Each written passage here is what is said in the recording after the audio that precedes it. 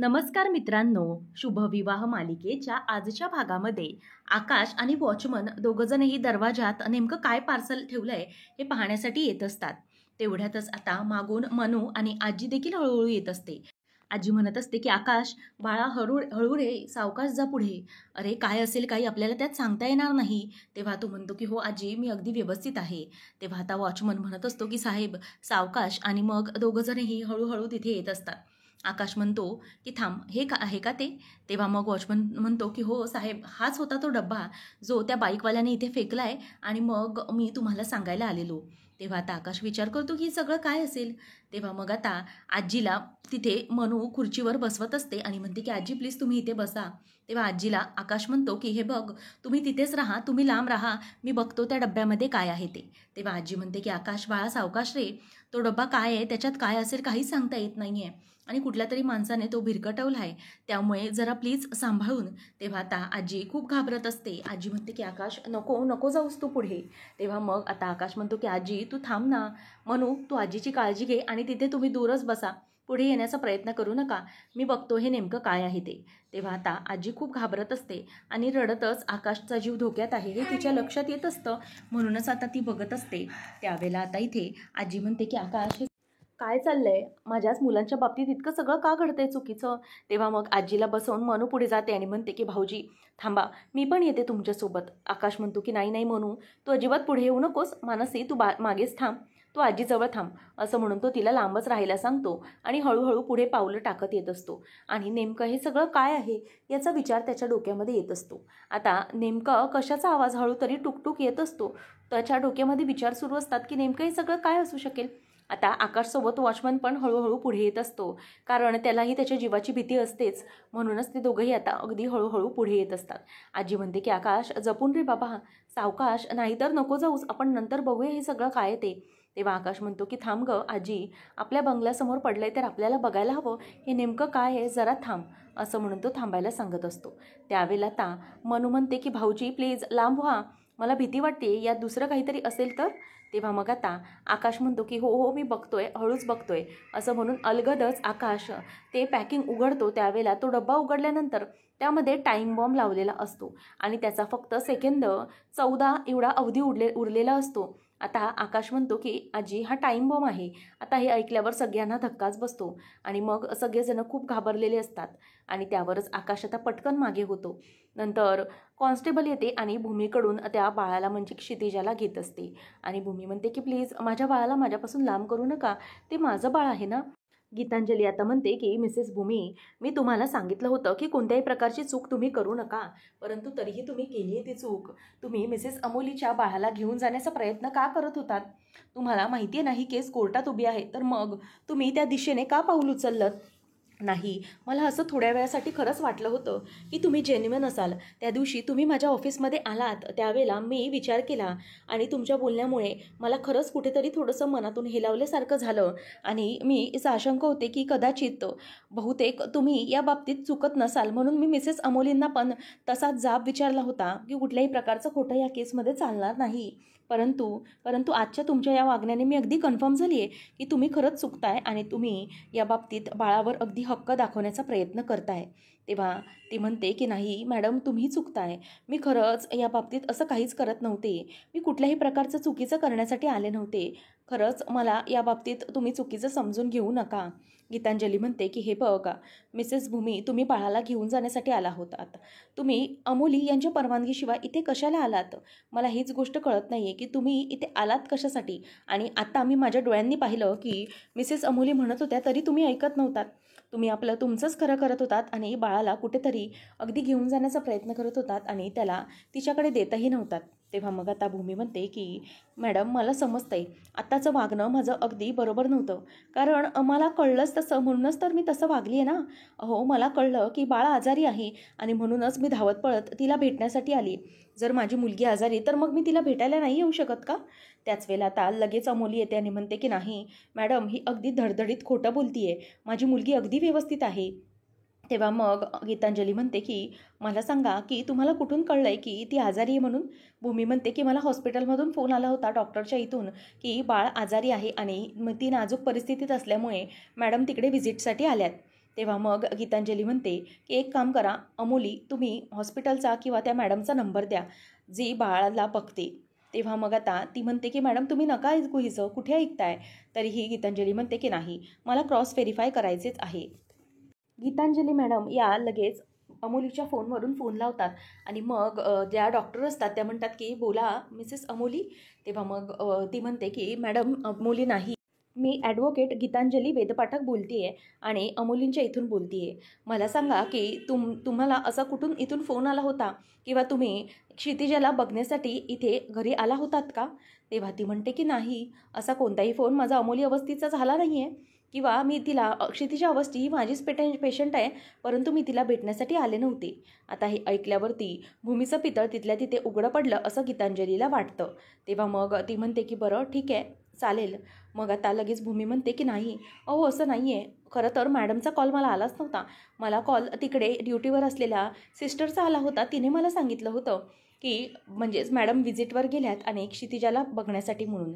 तेव्हा लगेच गीतांजली म्हणते की मॅडम तुमच्या इथे आत्ता जी नर्स आहे किंवा सिस्टर त्यांना जरा बोलवता का, म्हणजे मला क्रॉस व्हेरीफाय करायचं आहे. तेव्हा ती म्हणते की हो आत्ता मी बोलवते. मग त्याच वेळेला ती सिस्टर येते आणि प्रियंका सिस्टर आल्यावर बोलते की नाही, मी तर असा कोणताही फोन भूमी महाजन यांना केलाच नाही आहे आणि इनफॅक्ट आज क्षितिजाकडे आमच्या मॅडम गेल्याच नाही आहेत. असं म्हटल्यावर आता भूमी म्हणते की अहो खोटं बोलताय तुम्ही, असं का बोलताय. म्हणजे तुम्हीच तर मला कॉल केला होतात ना की मॅडम व्हिजिटला गेल्यात आणि क्षितिजाची तब्येत ठीक नाही आहे म्हणून तुम्ही मला फोन करून बोलावून घेतलं होतं, म्हणजेच तिथे जायला सांगितलं होतं. तेव्हा ती म्हणते की नाही असं काही झालेलं नाही आहे, मी फोन वगैरे केलेला नव्हता आणि हवं तर तुम्ही माझा नंबर बघू शकता. सिस्टरकडे माझा डॉक्टरकडे माझा नंबर आहेच, मी कुठलाही कॉल वगैरे केलेला नाही आहे. इथे भूमीला पूर्ण ट्रॅपमध्ये अडकवलं जातं. त्यावेळेला मग गीतांजली म्हणते की बरोबर या सिस्टरवर तुम्ही बोललात. आता त्या थोड्या दिवसापूर्वी या मावशीवर आरोप केला होतात की त्या मावशीनेही सांगितलं की तुम्ही पैसे चारून या सगळ्या गोष्टी मुलींना भेटण्यासाठी बोलवताय बरोबर. मग आता ती म्हणायला लागते की काय गं मी तुला सांगितलं होतं का की मला पैसे देऊन मुलगी बघायची आहे. मी जेन्युइन होते म्हणूनच तू मला मुलगी द्यायला आली होतीस ना बघायला. शिवाय मी तुझ्याकडे पैसे देत नव्हते, तुलाच गरज होती म्हणून पैसे हवे होते. तेव्हा मग आता ती म्हणते की नाही, तुम्हीच मला पैसे देऊ केले होते. असं म्हटल्यावर भूमी तिथल्या तिथे तोंडावर पडते. गीतांजली म्हणते की बस करा मिसेस भूमी, खूप झालं हे तुमचं. तुमच्या विरोधात आता भरपूर पुरावे मला सापडलेले आहेत. तुम्ही खोटं बोलताय ना, हे सगळं आता सिद्ध होत आहे. त्यामुळे थोडे दिवस मी अगोदर विचार केला की कदाचित तुमच्या बाजूने विचार व्हावा आणि तुमचं बोलणं मला जेन्युइन वाटलं म्हणून मी विचार केला, परंतु नाही. आता तरी मला असं वाटतंय की तुम्ही एक नंबरच्या खोटारड्या आहात. तुम्ही आपल्या या क्षितिजाला घेऊन चाललेला होतात असं ती बोलून दाखवते. त्यावेळेला इथे रागिनी मुद्दाम आल्यानंतर नाटक करते की आकाश अरे काय बाळा सांभाळून, असं म्हणून ती त्याला थांबवत असते. त्यावेळेला आता आकाश म्हणतो की नका घाबरू, हा बॉम्ब होता परंतु त्याचा टाईम हा संपल्यानंतर तो ब्लास्ट झाला नाही, याचा अर्थ की हा बॉम्ब काही खरा नाही आहे असं आकाश बोलायला लागतो. त्यावेळेला रागिनी मनातच म्हणते की आकाश हे सगळं मी सेट करून ठेवलं आहे, तुला काय वाटतंय. तेव्हा मग आकाशला पुढे आल्यानंतर त्या बॉक्समध्येच एक मोबाईल दिसतो छोटासा, ज्या फोनमध्ये मेसेज आलेला असतो. आकाश म्हणतो की त्या प्रीती नर्सने मेसेज केलेला आहे, भूमी तुझा जीव धोक्यामध्ये आहे. असं म्हटल्यावरती आता इथे आकाशला धक्काच बसतो की हे सगळं काय आहे, म्हणजे भूमीचा जीव धोक्यात नक्की सगळा काय प्रकार आहे. तर इथे रागिनीला तिनेच केलेला प्लॅन आठवतो. रागिनी म्हणत असते की संत्या हे बघ, हे सगळं तयार केलंयस ना तुम्ही सांगितल्याप्रमाणे. तेव्हा तो म्हणतो की हो मॅम, तुम्ही सांगितलं त्याप्रमाणे हा खोटा बॉम्ब सेट केलेला आहे. आणि मग एक काम कर, हा जो फोन आहे जो आपल्या नर्सच्या किंवा तिच्या नवऱ्याचा आपल्याला सापडला आहे, तर एक काम कर, आता त्या नंबरवर ना एक मेसेज टाक की भूमी तुझा जीव धोक्यात आहे वगैरे. म्हणजे आकाशला आणखीनच कळेल की ती प्रीती नर्सने हे सगळं केलं आहे. शिवाय त्याला हेही लक्षात येईल की हा सगळा जो काही प्रकार घडवला आहे ना, तो त्या सिस्टरने आणि तिच्या नवऱ्याने घडवला आहे. म्हणजे याच्यात होणार काय, तर एका दगडात दोन पक्षी मारले जातील. सुरुवातीला तर पोलीस याचा शोध घेतच आहेत, मग पोलीस त्याला माफ करण्याचा निर्णय घेणारच नाहीत, कारण त्यांचा जो इतका मोठा आता हा प्रयत्न झाला आहे त्यावरून पोलीस त्यांना नक्कीच अटक करतील आणि बॉम्ब ठेवल्याच्या गुन्ह्यामध्ये ते आणखी अडकत जातील. त्यानंतर इथे भूमी म्हणत असते की प्लीज गीतांजली मॅडम माझं ऐकून घ्या, मी खरं सांगते तुम्हाला, माझा याच्याशी काहीही संबंध नाही आहे. हो, मी खरं तर माझ्या मुलीला फक्त बघण्यासाठी आले होते.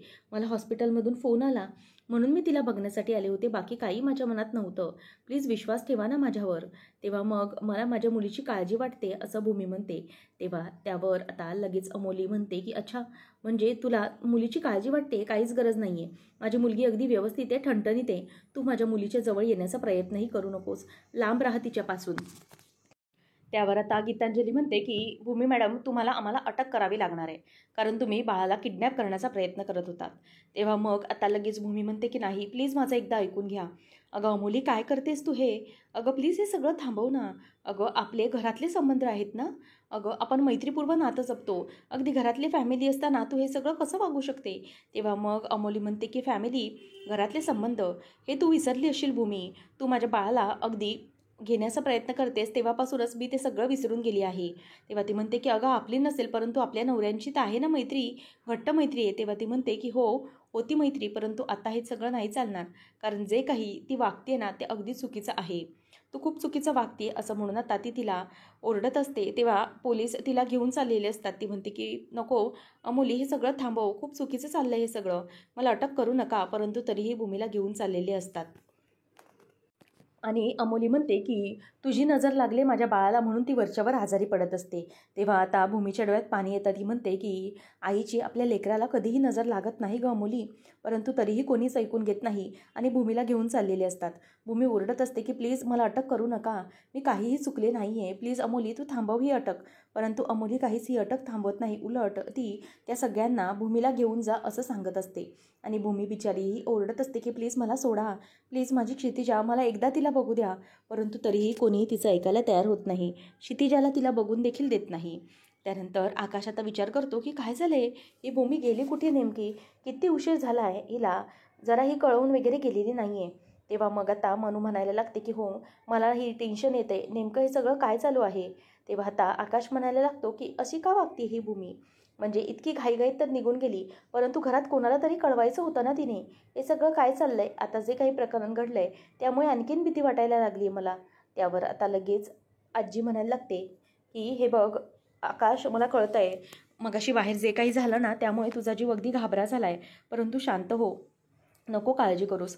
आकाशची नुसती चिडचिड होत असते. आजी म्हणते की हे बघ बाळा, नको काळजी करू, देवी आई आहे ना आपल्या आणि भूमीच्या पाठीशी, ती असेल व्यवस्थित. एकतर मार्केटमध्ये गेली असेल भाजी आणायला किंवा आणखी दुसरं काहीतरी आणण्यासाठी गेली असेल, आपल्याला सांगण्याचं विसरली असेल. ठीक आहे, राहू देत, चल तू आता शांत हो बघू, असं म्हणून ती त्याला गप्प करते. परंतु इथे रागिनी मनातच म्हणते की आकाश, तुला माहिती नाही आहे तुझी बायको कुठे आहे ते, मी काय केले ते तुलाही माहिती नाही आहे.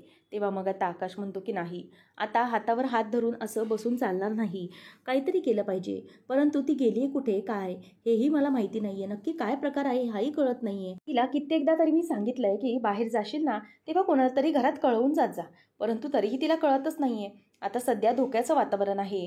ते नर्स आणि तिचा नवरा हे दोघंजणही कुठल्या अवस्थेत आहेत, काय करतात ते आपल्याला कळलं आहे ना.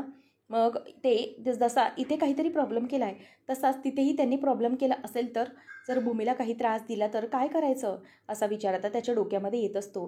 त्यावेळेला रागिनी मुद्दामच त्याला समजवण्यासाठी टेबलला पाय देते आणि त्याच्यावरचं जे काही काचेचं भांडं असतं ते खाली पडतं आणि फुटतं. तेव्हा रागिनी मनातच विचार करते की आकाश, तुला काय माहिती आहे, हे सगळे जे काही अपशकुन आहेत ना ते मी घडवून आणलेत, हे सगळं जे काही आहे ते फक्त आणि फक्त मी घडवून आणलं आहे, असं ती म्हणत असते. त्यानंतर आता इथे आजी घाबरते आणि म्हणते की आकाश, खूप मोठा प्रॉब्लेम झाला आहे, भूमीचा पत्ता लागत नाही आहे आणि त्यामध्ये घरात काचेचं असं फुटणं हे अशुभ लक्षण मानलं जातं आहे.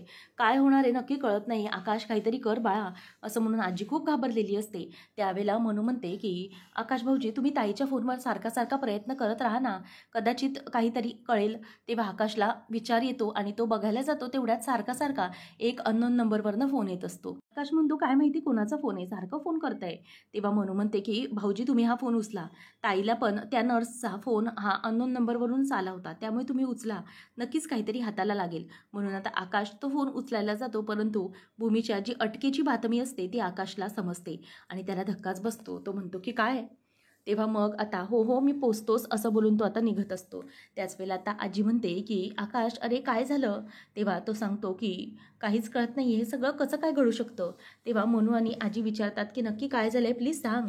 तेव्हा तो सांगतो की आजी अगं भूमीला अटक केलेली आहे. तेव्हा मग आजीला धक्काच बसतो. आजी म्हणते की काय अटक म्हणजे नेमकी कशासाठी काय केलं आहे? तेव्हा तो सांगतो की भूमी ही क्षितिजाच्या घरी गेली होती आणि तिच्या घरी जाऊन तिने बाळाला घेण्याचा प्रयत्न केला होता. तेव्हा अमोलीने अशी कंप्लेंट केली आहे की बाळाला ती किडनॅप करण्याचा प्रयत्न करते आणि म्हणूनच तिला अटक केली गेली आहे. रागिनी मनात विचार करते की अरे वा आकाश मी ड्रामा तर असा करते परंतु या सगळ्याच्या मागची खरी सूत्रधार मीच आहे. मीच भूमीच्या बाबतीत तशी परिस्थिती आणि ट्रॅप लावून ठेवला होता. आकाश म्हणतो की तुम्ही नका काळजी करू मी बघतो काय करायचं ते. आणि त्याच वेळेला आता इथे आकाश म्हणतो की मी जाऊन येतो. रागिनी म्हणते की आकाश बाळा अरे मी येऊ का रे सोबत? तेव्हा तो म्हणतो की नको तू इथे आजीची काळजी घे मी येतोच पटकन बघतो काय करायचं ते. तेव्हा मनूला आणि आत्याला तो आजीची काळजी घ्यायला सांगतो आणि आजी खूप रडायला लागते आणि म्हणते की हे सगळं काय चालू आहे देवा हे माझ्या बाबतीत आणि मुलांच्या बाबतीत का घडतंय? आई योगेश्वरी असं का करतेस ग तू? माझ्या भूमीला या सगळ्यामधून सुखरूप सोडव. मग मी आंबे जोगायला येऊन स्वतःच्या हाताने तुझी ओटी भरेन आणि तुझा कुंकवाचा पूर्ण मातन करीन. त्यावेळेला आता ती म्हणते की आई अगं तुझ्या या भूमीच्या बाबतीत देवी आई काहीच न्याय करू शकत नाही कारण तुझी मुलगी त्याच्या बाबतीत सगळे न्याय करणार आहे. अमोलीकडे पौर्णिमा आलेली असते आणि खुश होऊन म्हणते की Amoli you have done a brilliant job. अगं तू किती मस्त काम केलं आहेस. तुला माहिती आहे आज जे काही घडलं आहे ना त्यामुळे तुझ्याच या फक्त ॲक्टिंगमुळेच भूमीला पोलिसांकडे द्यावं लागलं आहे आणि मला इतका आनंद होते म्हणून सांगू आपण जो काही भूमीसाठी ट्रॅप रचून ठेवला होता ना तो ट्रॅप आता पूर्ण झाला आहे आणि आत्ता मला आनंद होतोय की भूमी ही तुरुंगात गेली आहे. म्हणजे मला इतका आनंद आजपर्यंत कधीही झाला नव्हता आणि म्हणूनच मी या सगळ्या गोष्टी घडवून आणल्या. आणि तुला माहिती आहे का या गोष्टींना आपल्याला वारंवार घडवून आणत राहिल्या पाहिजे.